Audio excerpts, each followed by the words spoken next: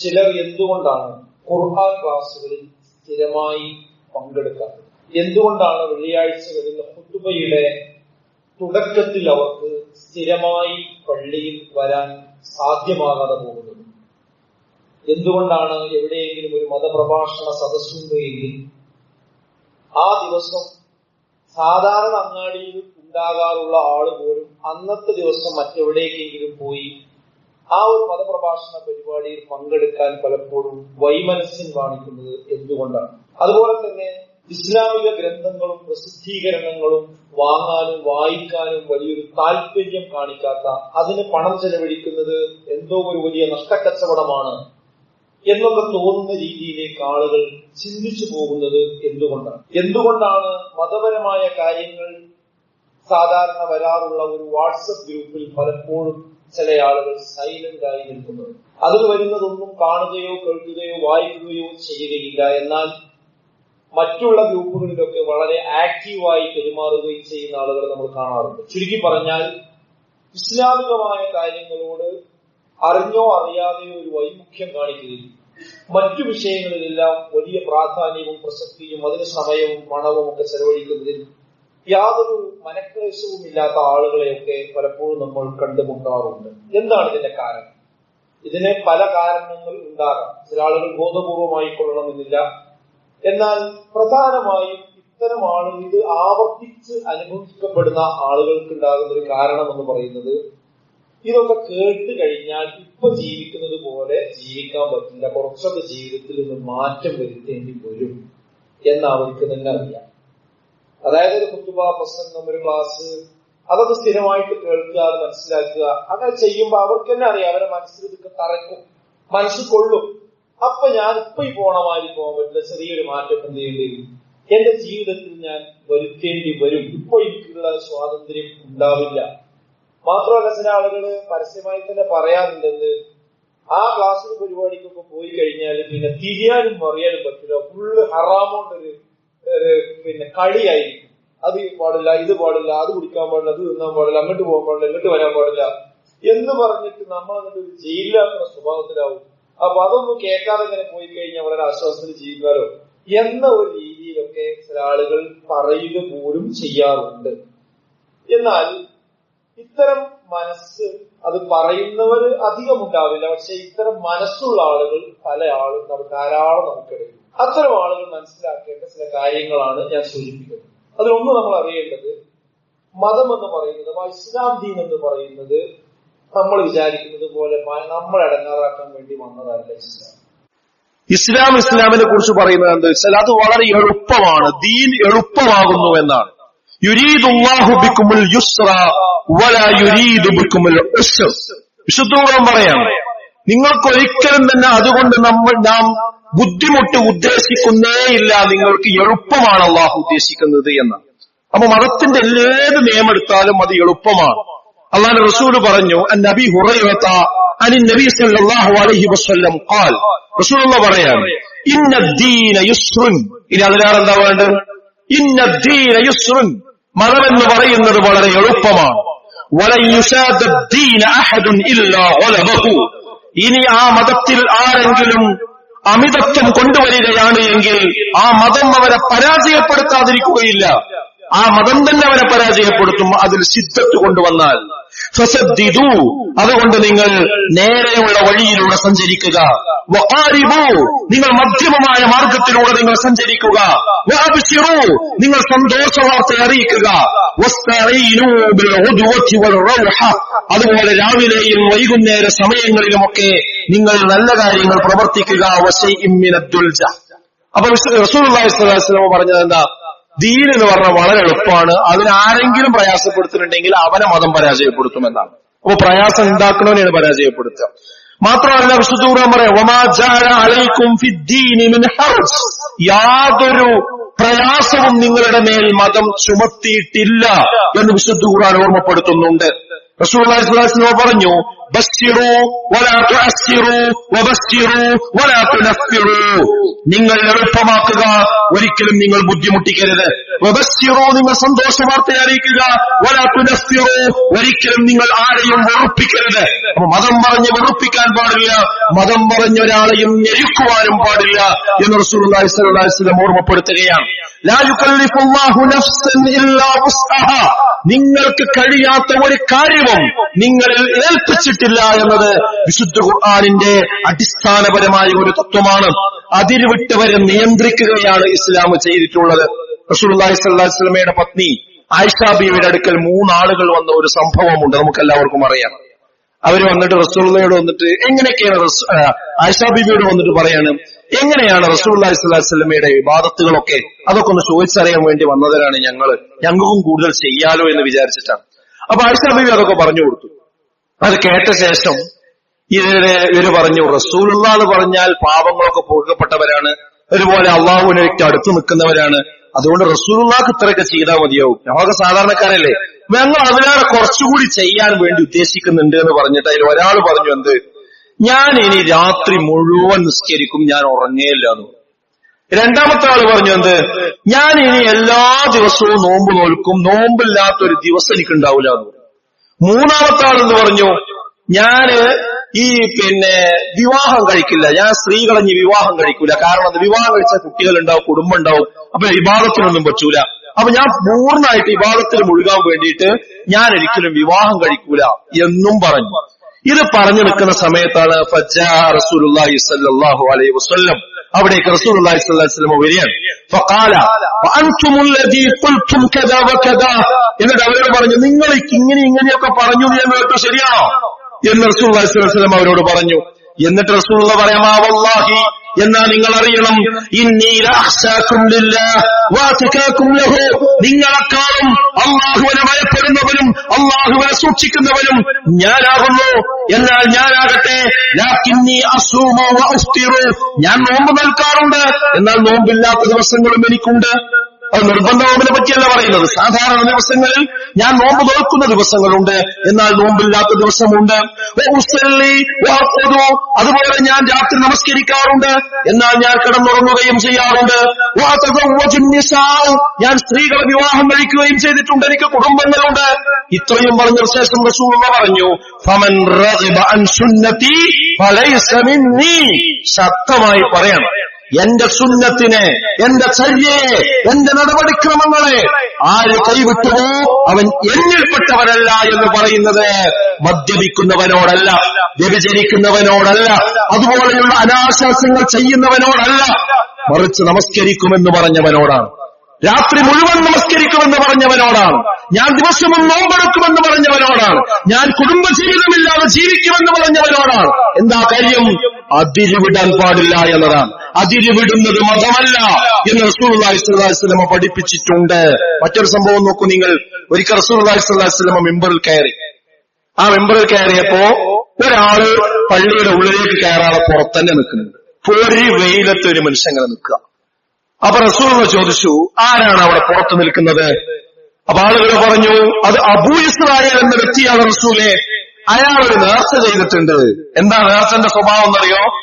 അയാൾ രാവിലെ മുതൽ വൈകുന്നേരം വരെ സൂര്യന് താഴെ നിൽക്കും, വെയിൽ കൊണ്ടുകൊണ്ട് നിൽക്കും, ഒരിക്കലും അയാൾ എന്ത് ചെയ്യൂല, തണലിലേക്ക് അയാൾ മാറി നിൽക്കുകയില്ല. അതേപോലെ തന്നെ ഒരാളോടും വൈകുന്നേരം വരെ നാം സംസാരിക്കൂല. മൂന്നാമതായി പറഞ്ഞത് അയാള് നോമ്പുകാരനുമാണ്. അതായത് നോമ്പെടുത്തുകൊണ്ട് വെയിലത്ത് നിന്ന് ഒരാളോടും സംസാരിക്കാതെ അങ്ങനെ ഒരാൾ വൈകുന്നേരം വരെ കഴിച്ചുകൂട്ടാൻ തീരുമാനിച്ച ഒരാളാണ്, വലിയ മുത്തക്കിയാണെന്ന രീതിയിലാണ് പറഞ്ഞത്. അപ്പൊ റസൂലുള്ളാഹി സ്വല്ലല്ലാഹു അലൈഹി വസല്ലം പറഞ്ഞത് എന്താ അറിയോ? ഓ, നല്ലൊരു അനുയായി എന്നാണോ പറഞ്ഞത്? റസൂലുള്ളാഹി തിരിച്ചാണ് ഇടപെടുകയാണ് അവിടെ. എന്താ പറഞ്ഞത്? ഗുരു അയാളോട് പോയി കൽപ്പിക്ക്, അയാളോട് പോയി ഉപദേശിക്ക്. എന്തിന്? സംസാരിക്കാൻ പറയൂ അയാളോട്. തണലിലേക്ക് മാറി നിൽക്കാൻ പറയൂ അയാളോട്. അയാളോട് തണലിലേക്ക് മാറി നിൽക്കാൻ പറയൂ. എന്നാൽ എടുത്ത നോമ്പ് അയാൾ വീട്ടുകയും ചെയ്യട്ടെ. നോമ്പ് കുടിക്കണ്ട. അപ്പൊ എന്താ വിഷയം? ഉള്ളതാണ് നിലനിർത്തി. നോമ്പ് നോൽക്കുക എന്നുള്ളത് എന്താണ്? ഇസ്ലാം പറഞ്ഞ കാര്യം.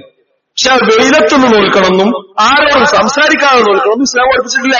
അപ്പൊ പഠിപ്പിക്കാത്തത് വെട്ടുക, പഠിപ്പിച്ചതവിടെ നിർത്തുക എന്ന് റസൂലുള്ളാഹി സ്വല്ലല്ലാഹു അലൈഹി വസല്ലം കൃത്യമായി അവിടെ ഇടപെടുകയാണ്. പച്ചപ്പഴമാണെങ്കിൽ ഒരുപക്ഷെ നമുക്ക് കറി വെക്കാം, പഴുത്താൽ നമുക്ക് നന്നായി ഭക്ഷിക്കാം. പക്ഷെ ആ പഴുപ്പാണ് കൂടിയാലോ അതിൽ പുഴ വരും, ഒന്നിനും പറ്റൂല, വലിച്ചെറിയാനേ പറ്റൂ. അതുപോലെ മതം എത്തിന്റെ പേരിൽ ചില ആളുകളുടെ അതിര് കവിഞ്ഞു പോയാൽ പിന്നെ അത് അവർ മതത്തിന് പുറത്തു പോവുക ചെയ്യാം. അതാണ് നേരത്തെ ഹദീസിൽ പറഞ്ഞത്. അതുകൊണ്ട് ഇത് വളരെ ഗൗരവപ്പെട്ട ഒരു വിഷയമാണ്. അപ്പൊ സഹോദരങ്ങളെ, മതമെന്ന് പറഞ്ഞാൽ ഒരു ബുദ്ധിമുട്ടാണ്, പ്രയാസാണ് എന്ന് വിചാരിക്കുന്ന ആരെങ്കിലും ഉണ്ടെങ്കിൽ ഒരിക്കലും അങ്ങനെയല്ല. മതം വളരെ എളുപ്പമാണ് എന്നാണ് റസൂലുള്ളാഹി സ്വല്ലല്ലാഹു അലൈഹി വസല്ലം പഠിപ്പിച്ചിരിക്കുന്നത്. അതിലൊരിക്കലും അതിവാദങ്ങളും അതിരുവിട്ട രീതിയും ഉണ്ടാകാൻ പാടില്ല. മതത്തിന്റെ ഏത് നിയമങ്ങളും നിർദ്ദേശങ്ങളും എടുത്ത് പരിശോധിച്ച് നോക്കിങ്ങൾ അതിലൊക്കെ എളുപ്പം നമുക്ക് കാണാൻ കഴിയും. ഞാൻ ഈ പറയുന്ന കാര്യങ്ങൾ നോക്കൂ നിങ്ങൾ, ഇതെല്ലാം നമ്മളെ പ്രയാസപ്പെടുത്താനാണോ അള്ളാഹുവിന്റെ റസൂൽ നമ്മളോട് കൽപ്പിക്കപ്പെട്ടിരിക്കുന്നത്? യാത്ര ചെയ്യുമ്പോൾ നമസ്കാരം ജമ്മും കസുറും ആക്കിയാൽ മതി എന്നത് നമ്മളെ പ്രയാസപ്പെടുത്താനാണോ? ദീർഘയാത്രയാണെങ്കിൽ നോമ്പ് പിന്നീട് നോറ്റുവീട്ടിയാൽ മതി, ആ സമയത്ത് നോൽക്കേണ്ടതില്ല എന്ന നിയമം നമ്മളെ പ്രയാസപ്പെടുത്താനാണോ? നാട്ടിൽ താമസിക്കുന്നയാൾക്ക് ഒരു രാവും പകലും, എന്നാൽ യാത്രക്കാരനാണെങ്കിൽ 3 രാത്രികളും അവയുടെ പകലുകളും കുഫയുടെയും ഷോർട്സിന്റെയും ഒക്കെ മുകളിൽ അയാൾ തടവിയാൽ മതി ഒന്നുണ്ടാക്കുന്ന സമയത്തെ. അയാൾ ഷൂട്ടാളാണെങ്കിൽ ഷോർട്സ് ഇട്ടാളാണെങ്കിൽ ഒരു രാവും പകലും അയാൾക്ക് എന്ത് ചെയ്താൽ മതി, രാവിലെ അത് ഒന്നോടുകൂടി ഇട്ട് കഴിഞ്ഞാൽ അയാൾക്ക് വൈകുന്നേരം വരെ പിന്നെ അത് അഴിച്ചു കഴുകണം എന്നില്ല, അത് തടവിയാൽ മതി. യാത്രക്കാരനാണെങ്കിൽ 3 ദിവസം വരെ അങ്ങനെ ചെയ്യാം. ഇത് നമ്മളെ ബുദ്ധിമുട്ടിക്കാനാണോ എളുപ്പമാക്കാനാണോ? വെള്ളം ഉപയോഗിക്കാൻ ലഭിക്കാതെ വരികയോ അല്ലെങ്കിൽ വെള്ളം ഉപയോഗിച്ചാൽ എനിക്കെന്തെങ്കിലും അസുഖമുണ്ടാകുമെന്ന് ഭയപ്പെടുകയോ ചെയ്യുന്ന ഘട്ടത്തിൽ നിങ്ങൾ തയമം ചെയ്താൽ മതി എന്ന നിയമനിർദ്ദേശം നമ്മളെ ബുദ്ധിമുട്ടിക്കാനുള്ളതാണോ എളുപ്പമുള്ളതാക്കുവാനാണോ? രോഗികളും മഴയുണ്ടാകുന്ന ഘട്ടത്തിൽ രോഗമുണ്ടാവുകയും അതുപോലെ മഴയുണ്ടാകുന്ന ഘട്ടത്തിലുമൊക്കെ 2 നമസ്കാരങ്ങൾ നിങ്ങൾ ചേർത്ത് നമസ്കരിച്ചുകൊള്ളൂ എന്ന നിർദ്ദേശം നമ്മളെ ബുദ്ധിമുട്ടിക്കുവാനാണോ അതോ നമുക്ക് എളുപ്പമുണ്ടാക്കി തരുവാനാണോ? വിവാഹം ആലോചിക്കുന്ന ഒരു വ്യക്തിക്ക് അന്യ സ്ത്രീയെ നോക്കാനുള്ള അനുമതി കൊടുത്തത് നമ്മളെ പ്രയാസപ്പെടുത്തുവാനാണോ അതോ നമുക്ക് എളുപ്പത്തിനു വേണ്ടിയാണോ? ജീവൻ അപായപ്പെടുന്ന ഒരു ഘട്ടത്തിൽ അത് സംരക്ഷിക്കേണ്ടി വരുമ്പോൾ ഹറാമായ ചില സംഗതികൾ പോലും നമുക്ക് അനുവദനീയമാകുന്ന അഥവാ സമം വരെ നിങ്ങൾക്ക് ഭക്ഷിക്കാൻ അനുവാദമുണ്ട് എന്ന് പഠിപ്പിച്ച ആ മതത്തിന്റെ നിർദ്ദേശം നമ്മളെ പ്രയാസപ്പെടുത്തുവാനാണോ അതോ നമ്മുടെ ജീവിതം നമുക്ക് എളുപ്പമാക്കി തരാൻ വേണ്ടിയാണോ? നിന്ന് നമസ്കരിക്കാൻ കഴിയാത്തവന് ഇരുന്നും, ഇരുന്ന് നമസ്കരിക്കാൻ കഴിയാത്തവന് കിടന്നും, കിടന്ന് നമസ്കരിക്കാൻ കഴിയാത്തവന് മനസ്സെങ്കിലും ഓർത്താൽ മതി എന്നുള്ള ഇളവ് നമുക്ക് നൽകിയത് നമ്മളെ പ്രയാസപ്പെടുത്തുവാനാണോ അതോ നമ്മളെ ബുദ്ധിമുട്ടിക്കുവാനാണോ? സ്ത്രീകൾക്ക് ആർത്തവമുള്ള കാലയളവിൽ അവർ ഇബാദത്തുകൾ നിർവഹിക്കേണ്ടതില്ല, നമസ്കരിക്കേണ്ടതില്ല. നോമ്പാകട്ടെ പിന്നീടുള്ള സമയത്ത് നോറ്റി വീട്ടിയാൽ മതി എന്ന നിർദ്ദേശം സ്ത്രീകൾക്ക് കൊടുത്തത് അത് സ്ത്രീകളോടുള്ള കരുതലാണോ അതോ അവരെ ബുദ്ധിമുട്ടിക്കാനുള്ളതാണോ? സക്കാത്ത് ധനികൻ മാത്രം നൽകിയാൽ മതി, അതും തന്നെ നിസാബ് പ്രത്യേകമായ ഒരു അളവിൽ ധനം എത്തിയിട്ടുണ്ടെങ്കിൽ മാത്രമേ നിങ്ങൾ സക്കാത്ത് കൊടുക്കേണ്ടതുള്ളൂ എന്ന നിർദ്ദേശം നമ്മളെ ബുദ്ധിമുട്ടിക്കുവാനാണോ അതോ മതം എളുപ്പമാക്കി തരുവാൻ വേണ്ടിയാണോ? എണ്ണിപ്പറഞ്ഞ കാര്യങ്ങൾ മാത്രമേ ഹറാമിൽ ഉൾപ്പെട്ടിട്ടുള്ളൂ എന്നാൽ ബാക്കിയുള്ളതെല്ലാം അനുവദനീയമാക്കി തരികയും ചെയ്ത അടിസ്ഥാന നിയമം നമുക്ക് നൽകിയത് നമ്മളെ പ്രയാസപ്പെടുത്തുവാനാണോ അതോ ബുദ്ധിമുട്ടിക്കാനുമാണോ?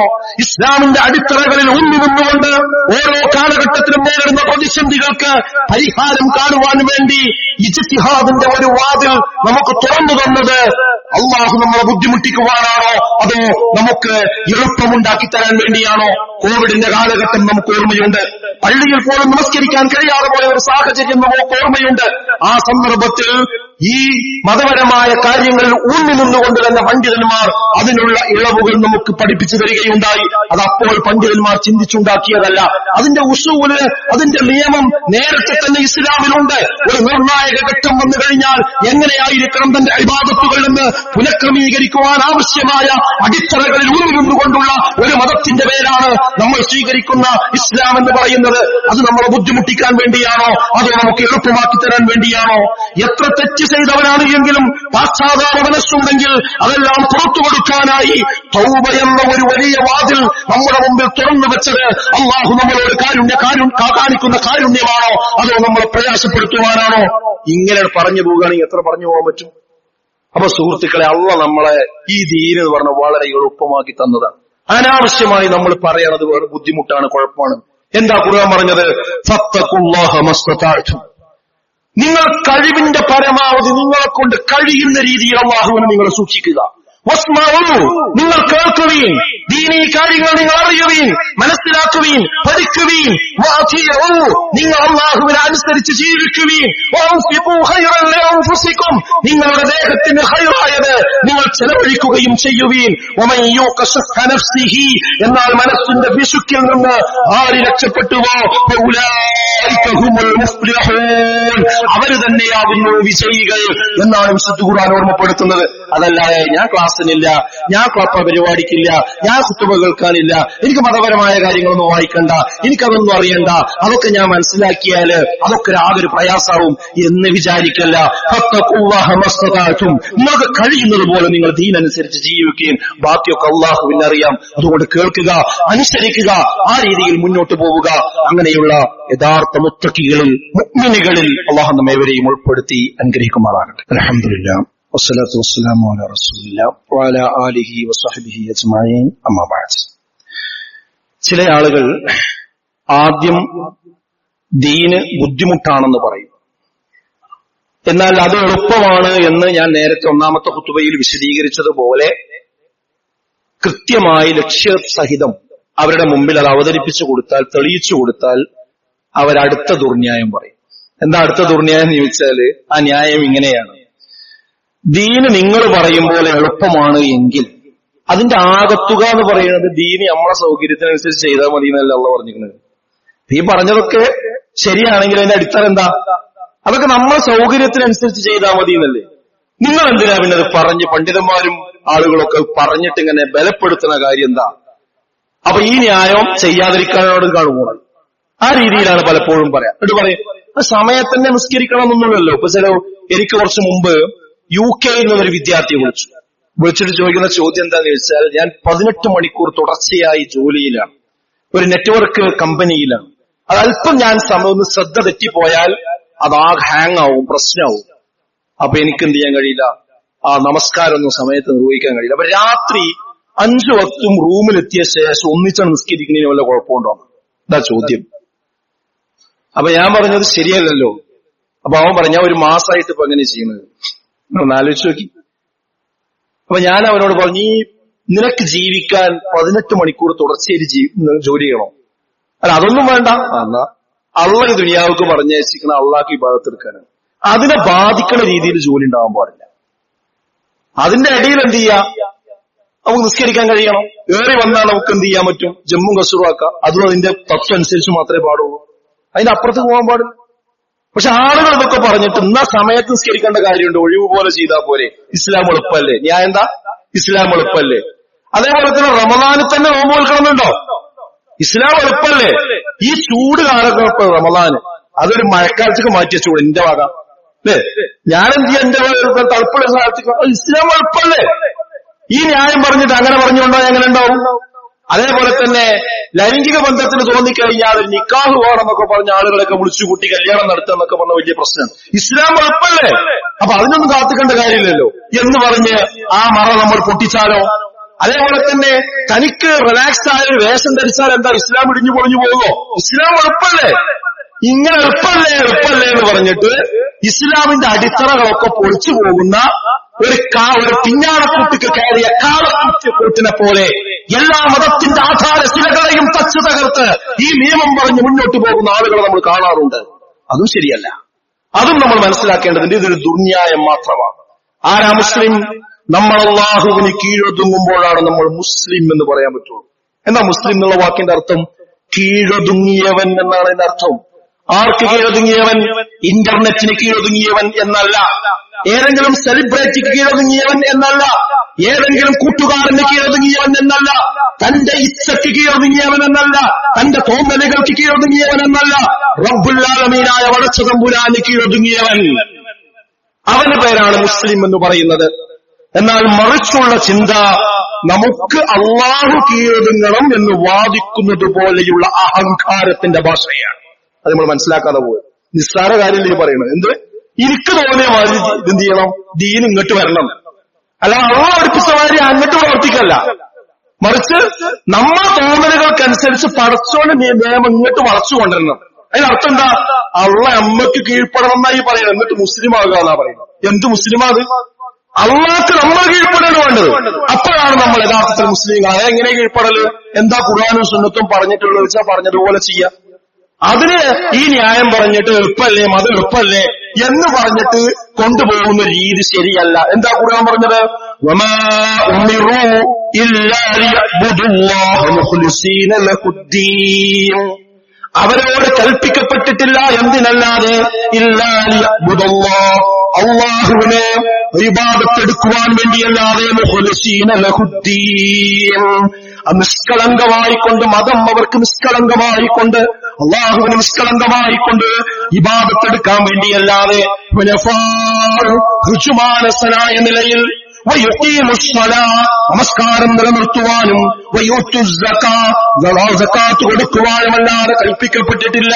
വദാലിക ദീനുൽ ഖയ്യിം, അതാകുന്നു ഖയ്യിമാകുന്ന ദീന്, അതാകുന്നു ചൊവ്വായ ദീന്, അതാകുന്നു മധ്യമമായ ദീന്, അതാകുന്നു വസതിയായ ദീന്. ആ ദീനാണ് നമ്മൾ കൊണ്ടു നടക്കേണ്ടത്. അല്ല നമ്മളെ ഇഷ്ടത്തിനനുസരിച്ച് ചാഞ്ഞും ചെരിച്ചും കൊണ്ടുപോകുന്ന രീതി ശരിയല്ല. ഇളവുകൾ വിശദീകരിച്ച വിശുദ്ധ ഖുർആൻ തന്നെയാണ് കർശനമായ ചില താക്കീതുകളും വിശുദ്ധ ഖുർആനിലൂടെ ഓർമ്മപ്പെടുത്തിയിട്ടുള്ളത്. എളുപ്പത്തെക്കുറിച്ച് സംസാരിച്ച അതേ നാമം കൊണ്ട് തന്നെയാണ് നബി സല്ലല്ലാഹു അലൈഹി വസല്ലമ ചില അതിരുകളും അരുതുകളും ഗൗരവമായി ഹദീസുകളിലൂടെ ഉണർത്തുകയും ചെയ്തിട്ടുള്ളത്. ചുരുക്കത്തിൽ സന്തുലിതമായ ഒരു രീതിയാണ് നാം സ്വീകരിക്കേണ്ടത്. അഥവാ വസതിയായ ഒരു നിലപാടാണ് നാം കൈക്കൊള്ളേണ്ടത്. എളുപ്പത്തിന്റെ പേര് പറഞ്ഞ് മതത്തിന്റെ അടിത്തറകളിൽ ഒരിക്കലും നമ്മൾ വെള്ളം ചേർക്കാൻ പാടില്ല. മതനിയമങ്ങളെ അനാവശ്യമായ കാർക്കശ്യത്തിലേക്ക് വലിച്ചു കൊണ്ടുപോയി ഒരിക്കലും തന്നെ നമ്മൾ ദീൻ കുടുസാണ് എന്ന് തോന്നിപ്പിക്കുവാനും പാടില്ല. നമസ്കാരത്തിന്റെ ഇളവുകളെക്കുറിച്ച് പറഞ്ഞ അതേ വിശുദ്ധ ഖുർആനാണ്, അല്ലെങ്കിൽ അതേ പ്രവാചകൻ സല്ലല്ലാഹു അലൈഹി വസല്ലമയുടെ നാവിലൂടെയാണ് ഇന്ന സ്വലാത്ത കാനത അലൽ മുഅ്മിനീന കിതാബൻ മൗഖൂതാ, സമയനിർണിതമായ രീതിയിൽ നിങ്ങൾക്ക് നമസ്കാരം നിർബന്ധമാകുന്നു എന്ന് പഠിപ്പിച്ചിട്ടുള്ളതും അതേ ഖുർആൻ തന്നെയാണ്. അങ്ങനെ എല്ലാ കാര്യവും അങ്ങനെ. അപ്പൊ എന്താ വിഷയം? ഇസ്ലാം പൊതുവേ ലളിതമാണ്, എളുപ്പമാണ്. അത് നമുക്ക് എളുപ്പമാക്കി തന്ന കാര്യങ്ങൾ നമ്മൾ എളുപ്പമാക്കുക. നമ്മളെ വക പോയിട്ട് എന്ത് ചെയ്യാൻ പാടില്ല? എളുപ്പാക്കാൻ പാടില്ല. അത് നമ്മൾ ശരിക്കും മനസ്സിലാക്കണം. അപ്പൊ ശരിക്കും സുഹൃത്തുക്കളെ, ഇസ്ലാം നമുക്ക് അനുവദിക്കപ്പെട്ടത് ഇന്ന് ലോകത്തിന്ന് വരെ ഈ ഖിയാമത്ത് നാൾ വരെ ഒരാള് ഇസ്ലാം അനുവദിച്ച കാര്യം മോശമായി പോയി, അത് ശരീരത്തിന് ആരോഗ്യത്തിന് കുഴപ്പമാണ്, സമൂഹത്തിന് കുഴപ്പമാണ്, നാടിന് കുഴപ്പമാണ്, രാജ്യത്തിന് കുഴപ്പമാണ് എന്ന് പറയുന്ന ഒരു വിഷയത്തിലുണ്ടാവില്ല. അതേപോലെ ഇസ്ലാം പാടില്ല എന്ന് പറഞ്ഞ ഹറാമാണ്, അടുക്കരുത് എന്ന് പറഞ്ഞ കാര്യങ്ങളില്ലേ, അതൊരു കാലത്തും വ്യക്തിക്കോ കുടുംബത്തിനോ സമൂഹത്തിനോ രാഷ്ട്രത്തിനോ നന്മയായിരുന്നു എന്ന് പറയുവാനും ഒരാൾക്കും കഴിയില്ല.